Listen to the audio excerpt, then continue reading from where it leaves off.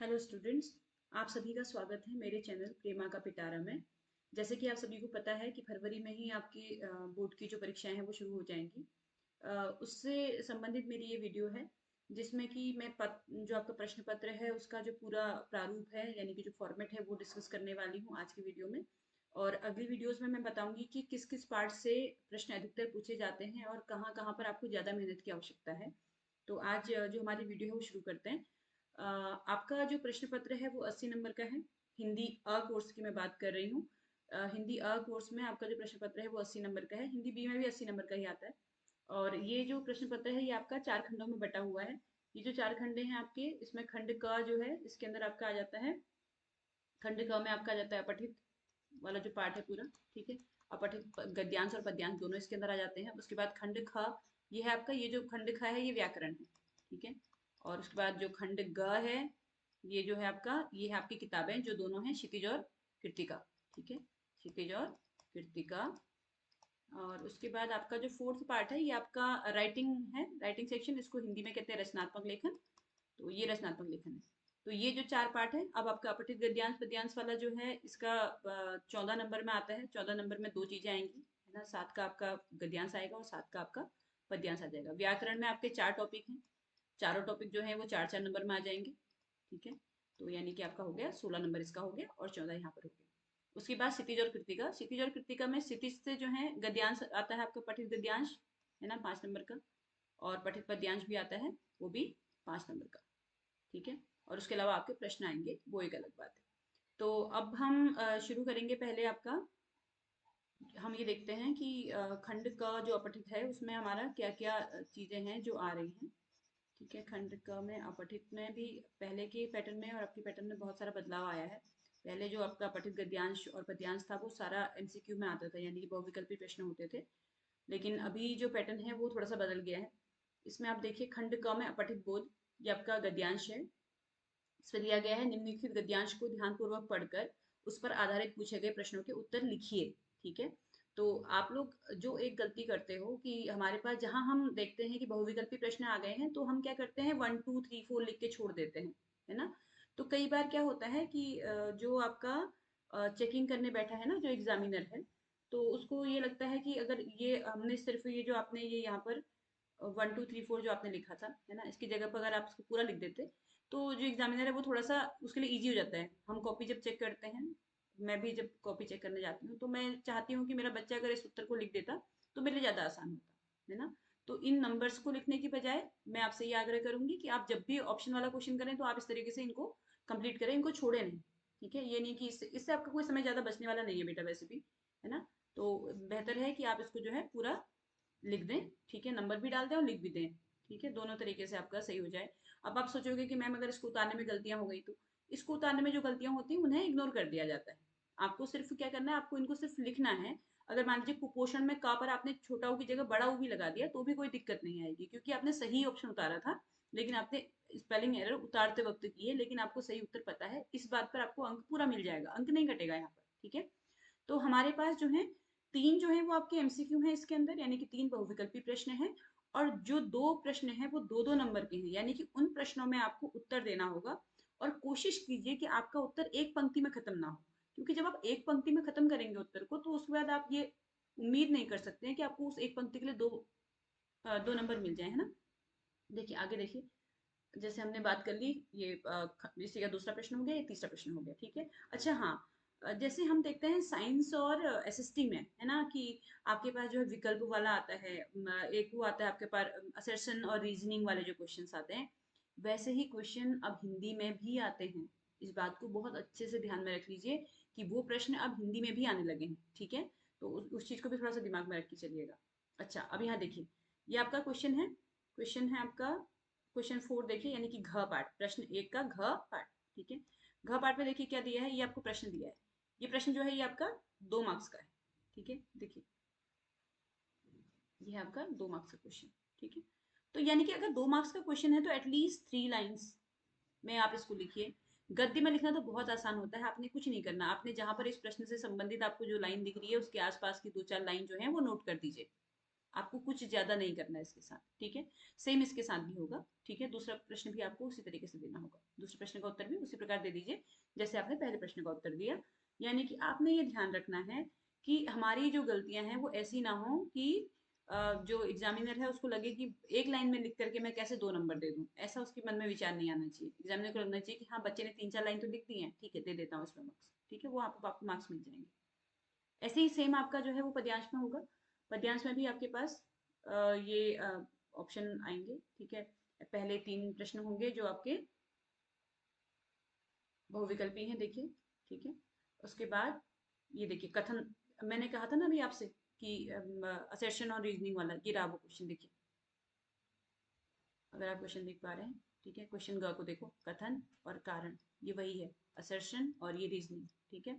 तो अब आपको ये पढ़ना होगा, पढ़ करके फिर आपको डिसाइड करना होगा कि इसमें से कौन से ऑप्शन जो है वो सही है। यानी कि वो जो साइंस वाला मेथड है ना असर्शन रीजनिंग वाला, वो यहाँ भी आने लगा बेटा, इस चीज को आपने ध्यान में रखना है थोड़ा सा, ठीक है। सिर्फ ये साइंस में ही नहीं चलता। अच्छा अब आगे देखिए, अगला है क्वेश्चन नंबर घ, ये फिर से 2 मार्क्स का है। 2 मार्क्स का है यानी कि एग्जामिनर उम्मीद कर रहा है आपसे कि आप वहां पर जो है 2 मार्क्स के लायक उसका उत्तर लिख करके आएंगे, ठीक है। इसमें आपको 2 मार्क्स का यहाँ पर लिखना ही होगा एटलीस्ट, मतलब आपको 2-3 लाइन, 2 लाइन तो कम से कम लिखिए, उससे ऊपर आप 3 लाइन भी लिख दें तो उसमें कोई बुराई नहीं है, ठीक है ना। चलिए आगे बढ़ते हैं हमारे ग्रामर पार्ट की तरफ, ठीक है। ग्रामर पार्ट में देखिए, हर क्वेश्चन के अंदर आपको जो है 5 प्रश्न दिए हुए हैं, ठीक है। हर एक के अंदर आपको 5 प्रश्न दिए हुए हैं, और उन 5 के साथ में आपको, उन 5 में से आपको कोई 4 अटेम्प्ट करने हैं, ठीक है। ये हमेशा आपके पास ऑप्शन रहेगा, ठीक है। मैं आपके पास देखिए हर हर टॉपिक के अंदर जो 4 टॉपिक आपके ग्रामर के हैं, है ना, उसमें से आपके पास हमेशा 5 प्रश्न आएंगे, ठीक है। लेकिन उन 5 में से आपने अटेंड कितने करने हैं, सिर्फ 4 करने हैं, ठीक है। अब पहले हम ये सोचते थे कि जो है हम स्टार्टिंग के जो 4 कर लेंगे तो उसमें मार्क्स मिल जाएगा, है ना, जो अगर 5वां कर देंगे तो इसको जो है चेक नहीं किया जाएगा, ऐसा कुछ सोचते थे। लेकिन ऐसा है नहीं। आपको अगर मान लीजिए आपको ये नहीं आता, छोड़ दीजिए, है ना, इन चारों को पहले कर लीजिए, ठीक है। अब एग्जाम खत्म होते होते तक आपको लगा कि नहीं मैं इसे भी कर सकता हूँ, तो आप थोड़ा सा स्पेस छोड़ सकते हैं इस प्रश्न को भी अटेंड करने के लिए। आप इसको अगर इस प्रश्न को भी लिख देंगे, मान लीजिए अगर आपके इन 4 में से कोई एक गलत हो गया, तो इसमें जो आप सही लिखोगे ना, इसमें मार्क्स मिल जाएगा। ऐसा नहीं है कि मार्क्स कटेगा, आपका मार्क्स नहीं कटेगा, वहां पे बेस्ट 4 को चेक कर देंगे। ये नहीं होता कि आपका फर्स्ट का छोड़ दिया या फर्स्ट के 4 ही चेक होंगे, लास्ट के क्वेश्चन को छोड़ देंगे, ऐसा नहीं होता है। पहले लगता था मुझे भी ऐसा, लेकिन ऐसा है नहीं, ठीक है। वास्तविकता ये है कि ऐसा है नहीं। तो अब आते हैं आगे, आपका अगला टॉपिक है। अच्छा एक और चीज जो आपको यहाँ पे ध्यान रखने वाली है, वो ये है कि जितने भी हम यहाँ पे प्रश्न देख रहे हैं ना, देखिए आपको दिख रहा होगा कि जितने भी प्रश्न हैं वो सारे, है ना, ये जो सारे प्रश्न हैं ये क्या है, ये सारे आपकी किताब से हैं, देख रहे हैं, नवाब साहब, हालदार साहब, मन्नू के इशारे पर, बाल गोविंद भगत, है ना, और ये आ गया आपका नौबत खाने में इबादत। देखो ये 5 इंपॉर्टेंट चैप्टर्स हैं आपके, ठीक है। ये आपका हो गया लखनवी अंदाज, है ना, ये हो गया आपका नेताजी का चश्मा, ये हो गया एक कहानी यह भी, उसके बाद ये आया बाल गोविंद भगत, और ये आ गया आपका नौबत खाने में इबादत। सबसे ज्यादा इंपॉर्टेंट चैप्टर्स हैं ये 5, ठीक है। अच्छा अब आपके पास जब भी ये ग्रामर वाले जो प्रश्न है ना, ग्रामर में हम जो उदाहरण करते हैं ना, वो जो है वो अलग होते हैं, लेकिन जो एग्जाम में आते हैं वो उदाहरण बिल्कुल अलग हो जाते हैं, ठीक है। तो ये जो सीबीएसई का जो ये पेपर है मैं जो दिखा रही हूँ, सीबीएसई का रिलीज पेपर है। तो इसमें उन्होंने उसी तरीके से दिया है जैसा कि बोर्ड में जो प्रश्न पूछे जाते हैं, उसी तरीके का प्रश्न पत्र दिया गया है। लेकिन अगर आप किसी और साइड के प्रश्न पत्रों को हल करने की कोशिश करेंगे, तो वहां पर आपको जो प्रश्न है वो सामान्य से प्रश्न दिखाई देंगे, है ना, और एग्जाम में जब ये आते हैं तो बहुत ऐसा लगता है कि बहुत कठिन है ये, ठीक है।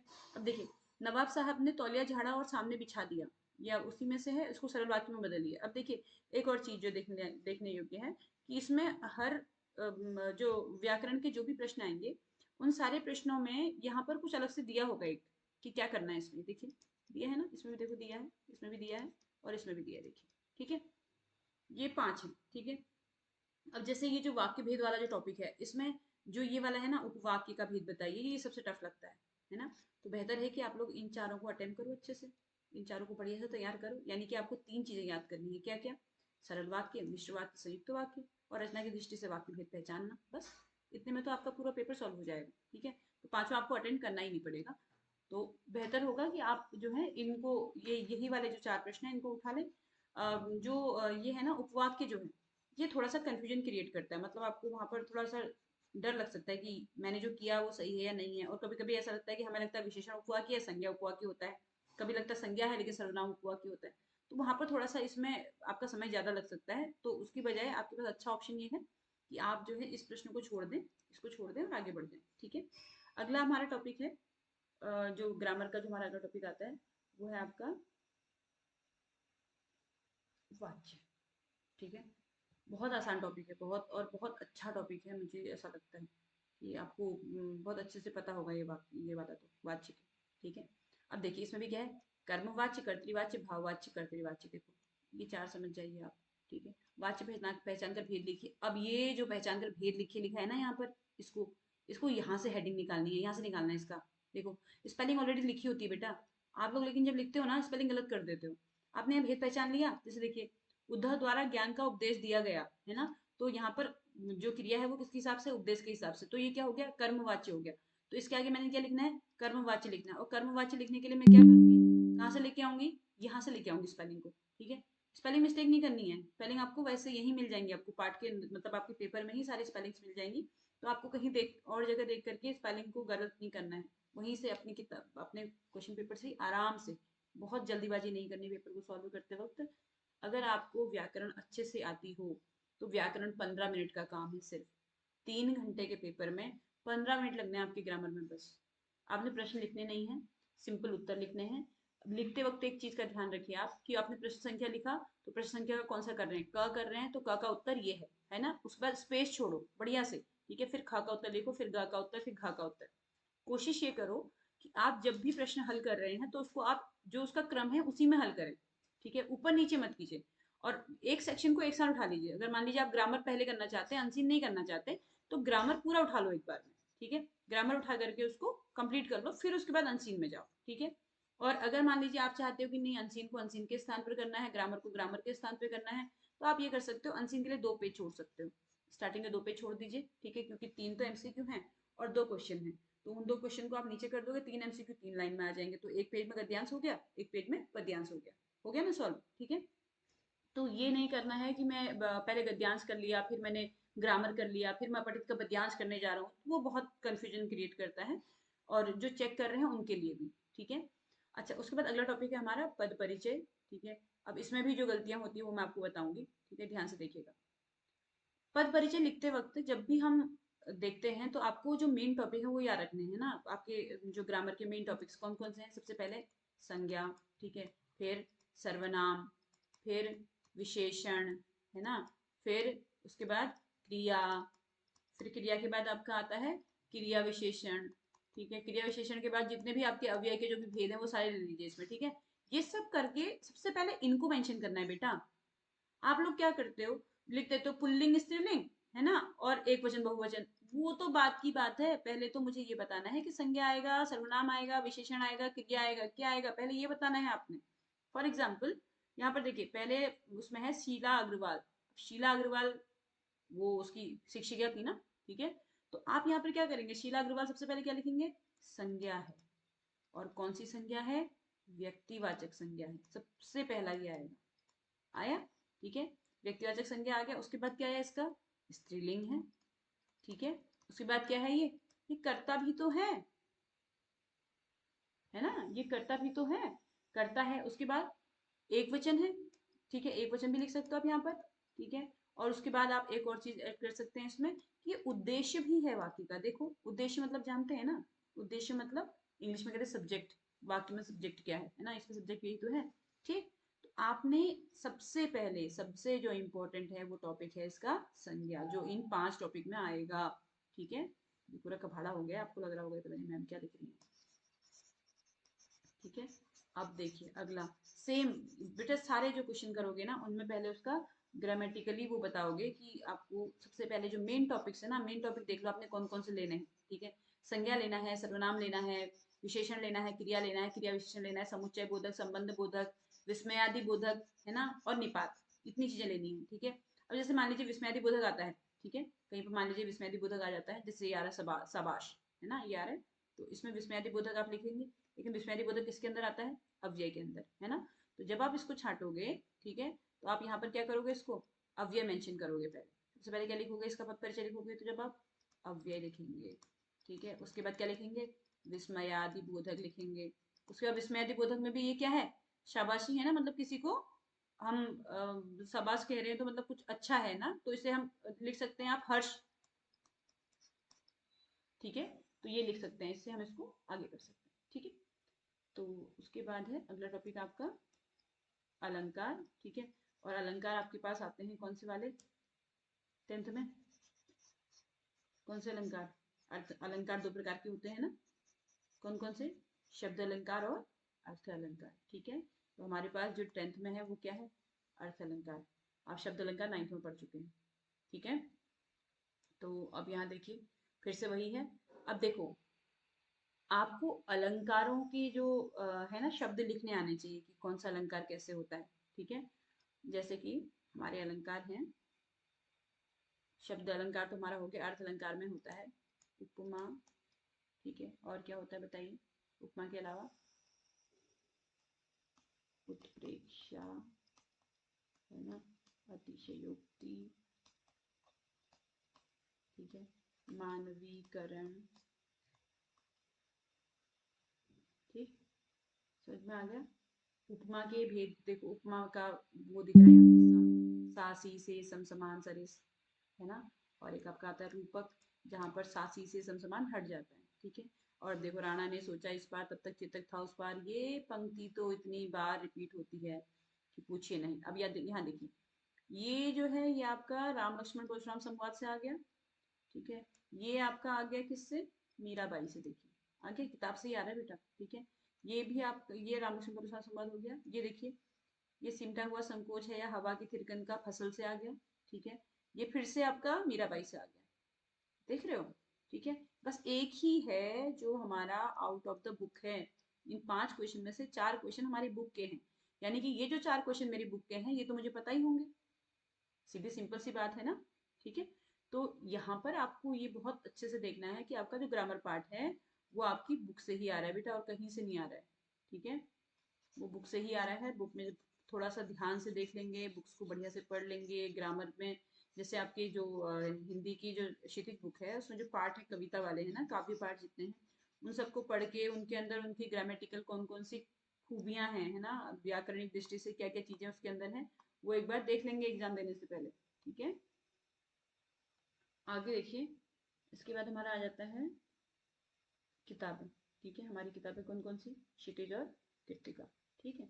अब सबसे पहले क्या आता है, देखो सबसे पहले आता है हमारे पास एक पठित गद्यांश, देखो लिखा है पठित गद्यांश, और ये पूरा एमसीक्यू है बेटा। इसमें जो 5 नंबर आते हैं ना वो नहीं कटने चाहिए, क्यों, क्योंकि एक तो देखो ये पाठ पढ़ा हुआ है, ठीक है। दूसरा देखो उससे भी जो अच्छी चीज है कि ये जो है ये सब एमसीक्यू में है, कुछ नहीं करना है आपने, एमसीक्यू उठा करके बस आंसर लिखने हैं, कहीं कुछ सोचना नहीं, कुछ नहीं करना, ठीक है।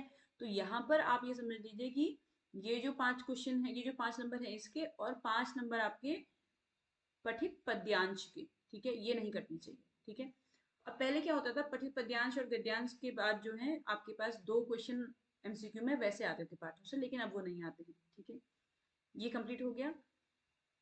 अब इसमें भी आपका असर्शन और रीजनिंग वाले क्वेश्चन दिखाई दे रहे हैं आपको, जैसे कि हमने इससे पहले देखा, देखिए यहाँ पर है ना, ये वाला जो क्वेश्चन नंबर 4 है, 4 और 3 दोनों देखो, ठीक है, असर्शन रीजनिंग के क्वेश्चन है, ठीक है।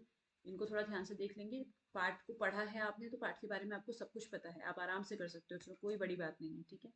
उसके बाद यहाँ देखिए ये जो क्वेश्चंस हैं, ठीक है, ये जो 4 क्वेश्चंस हैं ये आपके, देखिए अब जो पाठ का जो पठित गद्यांश आया, ठीक है, उसमें से ये क्वेश्चन नहीं आएंगे। देखो अब आप देख रहे हो वहाँ बाल गोविंद भगत आया था, लेकिन देखो यहाँ बाल गोविंद भगत का एक भी क्वेश्चन नहीं है, दिखाई दे रहा है कोई भी, देखो नेताजी का चश्मा आ गया, मन्नू भंडारी आ गया, एक कहानी है अभी, नौबत खाने में इबादत आ गया, और संस्कृति पाठ आ गया, ठीक है, संस्कृति पाठ से ये आ गया। लेकिन ये जो पाठ है ना संस्कृति पाठ, इसका मतलब ये थोड़ा सा ऐसे कह सकते हो थोड़ा कम आता है इससे प्रश्न, ठीक है।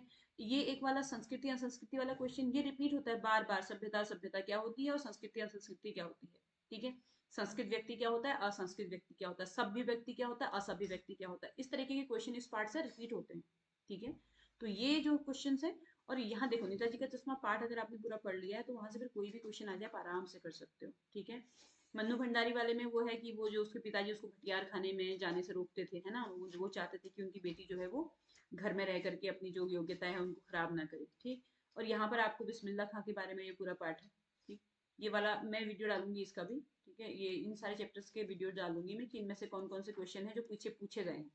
तो पिछले 20 सालों के क्वेश्चन मैं डालने वाली हूँ, तो आप देख लीजिएगा एक बार, आपको उससे आइडिया हो जाएगा कि किस पार्ट को कितना समय देना उचित है, जिस पे ज्यादा मेहनत नहीं करनी है, ठीक है। उसके बाद आगे हमारा पठित पद्यांश। अब पद्यांश देखो, यहाँ पर ये आ गया आपका संगतकार पाठ से पद्यांश देखो। तार सप्तक में जब बैठने लगता है उसका गला प्रेरणा साथ छोड़ती हुई उत्साह अस्त होता हुआ आवाज से राग जैसा कुछ गिरता हुआ, तभी मुख्य गायक को ढांढस बधाता कहीं से चला आता है संगतकार का स्वर। ये देखो पाठ का नाम आ गया इसमें संगतकार, ठीक है। अब संगतकार से अगर ये आ गया है आपके पास, ठीक है, तो संगतकार से क्वेश्चंस नहीं आएंगे, ये आप मान के चलिए। अब आप देखो ये रहे आपके 4 क्वेश्चंस, ठीक है। अब इसमें से 4 में से आपने कितने करने हैं? 4 में से करने हैं आपने सिर्फ 3, ठीक है। 2-2 नंबर के क्वेश्चंस हैं, तो हर क्वेश्चन को कम से कम 3 से 4 पंक्ति में लिखने की कोशिश कीजिएगा। जो भी आंसर आपको आता है उसके आगे पीछे थोड़ा सा पार्ट को जोड़ दो, ठीक है। उसको जोड़ने के बाद जो है आपको जो उत्तर है वो बढ़िया से आपका 3-4-5 लाइन तक भी उत्तर चला जाता है, ठीक है। अब यहाँ देखिए, इस क्वेश्चन में आपके पास जो है, अब ये जो पहला क्वेश्चन है देखिए, ये आ गया आपका सूरदास के पद से, ये आ गया आपका रामकृष्ण परशुराम संवाद, उत्साह और अट नहीं रही है, आत्मकथ्य, है ना। देखो लेकिन कहीं भी आपको वो मिला, ये जो पाठ था संगतकार नहीं, है ना, क्यों? क्योंकि संगतकार यहाँ आ चुका है। अगर वो यहाँ आ गया है तो अब वो यहाँ नहीं आएगा, ठीक है। और इसमें अब देखिए परशुराम वाला जो पाठ है इसमें आपने देख लिया, इसमें आपका अलंकार में भी आया है और प्रश्न उत्तर भी आए हैं, ठीक है। उसके अलावा इसमें भी इसका तो देखो क्वेश्चन रिपीट हो रहा था, गोपियों वाले में भी उधर भी आया था आपका अलंकार में, ठीक है। यानी कि जो गद्य पाठ है वो आएंगे आपके वाच्य पद परिचय और वाक्य में, ठीक है।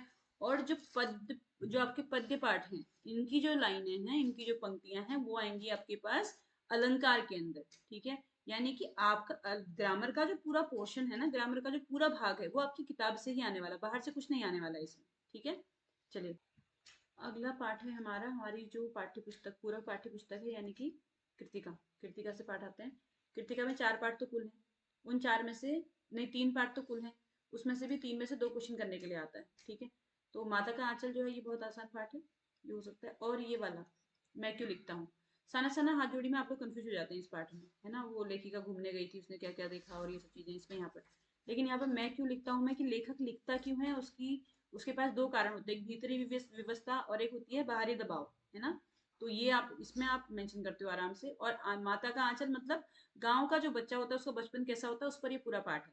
तो आप यहाँ 3 में से 2 करने हैं, तो अगर आप सिर्फ ये 2 पाठ भी रेडी करोगे ना, कौन सा वाला, एक ये वाला माता का आंचल और एक ही मैं क्यों लिखता हूँ, तो भी आप इसमें आपको तीसरा क्वेश्चन देखने की जरूरत ही नहीं है। मतलब मैं ये कहूंगी कि आप सिर्फ 2 ही पाठ पढ़ लो, उन 2 पाठ को बढ़िया से रेडी कर लो कि उससे कोई भी क्वेश्चन आए तो आप उसको पूरा कर सकें। अब देखिए ये क्वेश्चन जो है ये 4 मार्क्स का है।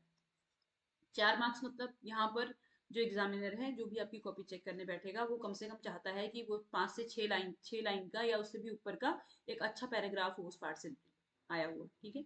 उस चीज को आप थोड़ा सा ध्यान रख लेंगे। आगे बढ़ जाते हैं। आगे है आपका देखिए, यहाँ पर जो अभी जो करंट के चलने वाले जितने भी जो अभी चल रहे हैं जो भी टॉपिक, उन पर आपके पास अनुच्छेद आते हैं, ठीक है। देख लीजिए पहला अनुच्छेद आपका क्या है, देखिए पहला अनुच्छेद है ऑनलाइन गेमिंग। बहुत ही मतलब बहुत ही आसान है, बहुत इस पर आप लिख सकते हो। बस आपने ये ध्यान रखना है कि वो क्या क्या पूछ रहा है वही लिखना है, एक्स्ट्रा कुछ नहीं लिखना है। मैं खेलता हूँ, मैं नहीं खेलता, मेरे पास फोन है, ये है वो है, कुछ नहीं, ठीक है। उसके बाद अगला स्वस्थ जीवन शैली, ये भी बहुत इंपॉर्टेंट है और आजकल बहुत ज्यादा चल रहा है ना, लोग अपने आप को हेल्थी रखने के लिए क्या नहीं करते हैं, ठीक है। उसके बाद है हाल ही में देखी गई किसी नाटक या फिल्म की समीक्षा। इन चीजों से बचें। ये इस तरीके की जो चीजें हैं ना, इसमें देखो आपकी और जो शिक्षक है जो आपकी कॉपी चेक करने जा रहा है उसके विचारों में विभिन्नता आ सकती है। तो कोशिश कीजिए कि आप ऐसा कुछ लिखें जो अनुच्छेद पॉजिटिव में जा रहा हो, जैसे कि ये है ना, ये बहुत अच्छा है, ये आपको पॉजिटिव में जा रहा है। और इसमें आप कुछ भी अगर लिखेंगे, जैसे आपको हम डेली जो चीजें आपको स्कूल में सिखाते हैं, शिक्षक सिखाते हैं, घर पर मम्मी पापा बोलते हैं, उन सब चीजों को आप मेंशन कर सकते हैं, फ्री हो जाओगे आप, ठीक है, आराम से आपके मार्क्स आ जाएंगे। और गलती पर ज्यादा मार्क्स कटते नहीं है। उसके बाद है आपके पास ये है आपके पत्र, ठीक है। अब देखो यहाँ पुस्तक के प्रकाशन के अवसर पर अपनी दादी माँ को आमंत्रित करते हुए पत्र लिखना है, यानी कि आपका अनौपचारिक पत्र हो गया। ये समाचार संपादक को लिखना है, लेटर टू द एडिटर, ये आप इंग्लिश में पढ़ते हो जो ये वो है, ठीक है। ये आसान होता है ये वाला। ये करना चाहो तो ये कर लो, ये चाहो तो ये कर लो। एक पत्र रेडी कर लो अच्छे से, बस आपको दोनों करने की जरूरत ही नहीं है, एक करो ऑप्शन में आता है हमेशा। ठीक है। उसके बाद अगला है आपका, ये है हमारी स्ववृत लेखन और ईमेल। ठीक है, स्ववृत और ईमेल। देखो स्ववृत कम टाइम लेता है, बहुत कम टाइम लेता है। ईमेल टाइम लेती है, लेकिन ईमेल पत्र जैसी होती है। अब आप देख लीजिए आपको क्या आसान लगता है। ठीक है। अब देखो स्ववृत में क्या करना है, आपने थोड़ी सी 2 लाइन लिखनी है, उसका अपना पूरा डिटेल लिखना है। मेरा नाम क्या है, मैंने कहाँ तक मैंने शिक्षा ग्रहण की, मेरी जन्म तिथि, मेरा जन्म स्थान है ना, मेरे पिताजी का नाम, माता जी का नाम, ये सब चीजें आप मेंशन कर सकते हो, सीधे सीधे टेबल बना सकते हो इसकी। लेकिन इसको करने की बजाय अगर आप मान लीजिए इसको करते हैं ईमेल को, तो ईमेल क्योंकि आपने पत्र लिखा है ना, तो ईमेल पत्र से ही होने वाली है। पत्र की बॉडी जहाँ से शुरू होती है वहीं से ईमेल की बॉडी शुरू हो जाती है। आगे जो ऊपर वो सब है वो सब नहीं लिखना होता कि किसको भेजना है, किसने किसको मिलना है ना, वो सब नहीं लिखना। विषय आपका लिखा जाएगा और उसके बाद आप उसको सीधे सीधे बना सकते हैं। अगला है आपके पास विज्ञापन। ठीक है। और या फिर आपका बधाई संदेश। ठीक है। तो मैं तो कहूंगी कि आप विज्ञापन में समय बर्बाद करने की बजाय आप अपने बधाई संदेश पर ध्यान दें, क्योंकि संदेश जो है वो छोटा सा होता है। आपको बस यहाँ पर आप डेट लिखनी है, यहाँ पर डे लिखना है, उसके बाद लिखना है जिसको भी आप पत्र लिख रहे हैं उसको संबोधित करेंगे, और अपना संदेश जो है 3 लाइन में खत्म करके नीचे आप सैल्यूटेशन लिख देंगे आपका ये वो, और ये कंप्लीट हो गया। देखिए विज्ञापन में सोचना पड़ेगा कौन सा चित्र बनाना है, क्या ऐड करना है, उसमें सब में समय जाएगा। ठीक है। तो मेरी ऐसी उम्मीद है कि आपको ये जो पेपर का पूरा फॉर्मेट है ये समझ में आ गया होगा। अगर फिर भी कोई डाउट रहता है तो आप मुझे कमेंट करके बता सकते हैं। मैं अगली जब भी वीडियो डालूंगी, बहुत जल्दी डालूंगी, उसमें जो भी आपके डाउट्स हैं उनको क्लियर करने की पूरी कोशिश करूंगी। Thank you and all the best.